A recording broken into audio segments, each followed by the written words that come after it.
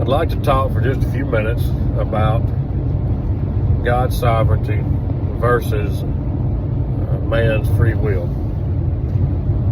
I've had a number of discussions over the years about the two, and some people have a hard time reconciling those two things.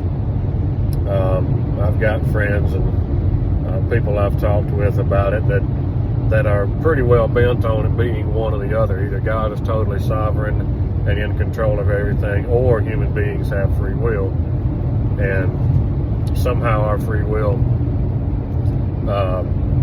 means that God's not sovereign. I don't understand how you arrive at that point. You know, I can't relate to it. And so what I'd like to do is do my best to help explain the relationship between the two and why one doesn't undo the other. And I think C.S. Lewis is probably one of the best examples. He wrote a book called Mere Christianity, and if you haven't read it, you need to. It's great. I think every new believer, every church that has like a new believers class, they should discuss Mere Christianity. That's just my personal opinion. I think every Christian believer should probably read that book at least once a year. It's great. God helped C.S. Lewis write that book. I'm convinced of it. It's wonderful. But anyway, in this book, as C.S. Lewis is talking about the free will of human beings and God's sovereignty, he describes it as, I may be misremembering this exactly, but the point is the same. Think of yourself as, you being a parent at home, and you got kids in the bedroom that are in there just having a good time, and you walk in there and say, all right, kids, it's time to go to bed. Y'all clean up all your toys, pick everything up, and get yourselves ready for bed. And you go out, and leave them, to do what you want them to do. And just say you just go and you brush your teeth and wash your face or whatever, and you're getting yourself ready to bed. Well, you go back into the bedroom a few minutes later, and not only did they choose not to clean all the toys up and get themselves ready for bed, but, in fact, the mess is even bigger and worse than it was. They pulled more toys out, and they're still playing, and, it's a bigger mess than it was. Their free will, their choice to obey or disobey you had nothing to do with your will. Your will was that they clean it up. Their will was to make it worse, okay? But what's important here is that just because they chose to disobey, that doesn't mean you're not in control, okay? Because what's the next thing you do as a parent? You go in there and maybe you raise Cain, and you get on to the youngins and you discipline the youngins, and you start getting them ready for bed, and you start cleaning up the mess yourself. And guess what? You are still just as in control in that moment as you were when you told them that's what you wanted them to do. The amount of authority and control that you have over that situation has not at all been diminished. Just because you had to go in there and put your hands on it and do it yourself does not mean that you're in less control. In fact, it only confirms the fact that you do have the ultimate authority. You do have the final say-so, because you can go in there and take matters into your own hands and exact your will on those children and on the mess that's in that room. It only further defines and makes it clear that you do have the ultimate control, that you do have ultimate authority in that situation, okay? Just because they chose to disobey does not mean that you're not in control.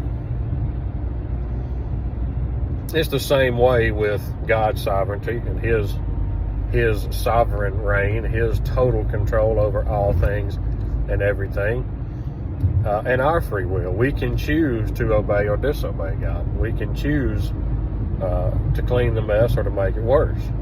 We can choose to get ourselves ready for bed or not to. But it doesn't mean that God is in any less control, but he has lost control, because God at any moment in there, God could step in and clean the mess up on his own. He could step in and force us to get ready for bed. I mean, technically, God could just take us out altogether if he wanted to. But he's still very much in control. His will was for us to clean up the mess, but we chose to make it worse. But one way or the other, at some point in time, God is going to clean up the mess. Whether we do it or not is irrelevant. God's will is the mess is going to get cleaned up. So guess what? You bet your last dollar that mess is going to get cleaned up at some point. So the idea that sovereignty, God's sovereignty and our will don't work together, that one outdoes the other, I think isn't really well thought through at all. God said in his word that it is his will that no one should perish, but that all would have everlasting life. Okay, God doesn't sit back and pick and choose who's going to receive salvation and who's not. The salvation that Jesus Christ sacrificed, provided for us, is a gift, a free gift that is offered to everyone, and it is God's will that everyone should accept that gift, receive that gift, and live in service to the Lord, because he is in control of all things. I do not believe at all that a person's choice not to receive that gift affects God's sovereignty in the least. God is still very much in control. But just because God is privy to the information, the knowledge of who will accept that gift and who will not accept that gift. I mean, think about it this way. You as a parent, if you have kids, and you've probably run into that scenario before where you wanted your kids to clean up the mess and you went in there and the mess was worse, you're not surprised. You are not surprised. You're not shocked. In fact, there's a part of you that anticipated the very real possibility that those kids were not going to clean them up. In fact, you know your kids better than anybody else. You knew good and well when you said it that they weren't going to clean it up, that they were only going to make a mess of it. But you gave them the option to obey, regardless. Because as a good parent, you want your children to understand the concept of obedience, and you want to give them a chance to do the right thing before you go in there and pull your belt off and start beating youngins for disobeying, right? You give them that chance. You don't ever just anticipate. You don't punish someone before they do the crime, you know? Even though you are certain that they're not going to obey, you don't punish them before they have a chance to disobey. And it's the same with God. God already knows whether or not we're going to choose to serve him and love him, but he's not going to act accordingly until we've had that chance and we've made our choice. Then God does what he has to do. So just because God is privy to that information does not mean that he is the one doing the choosing. So again, I think it's very, very clear that sovereignty, God's sovereignty and our free will don't undo each other. I think they actually go hand in hand very, very well. And I think it actually beautifully demonstrates the amount of patience and grace and mercy that God extends to us and demonstrates his love for us. I mean, it's like Paul said, God demonstrated his love to us in that he sent Jesus to die for us while we were yet sinners.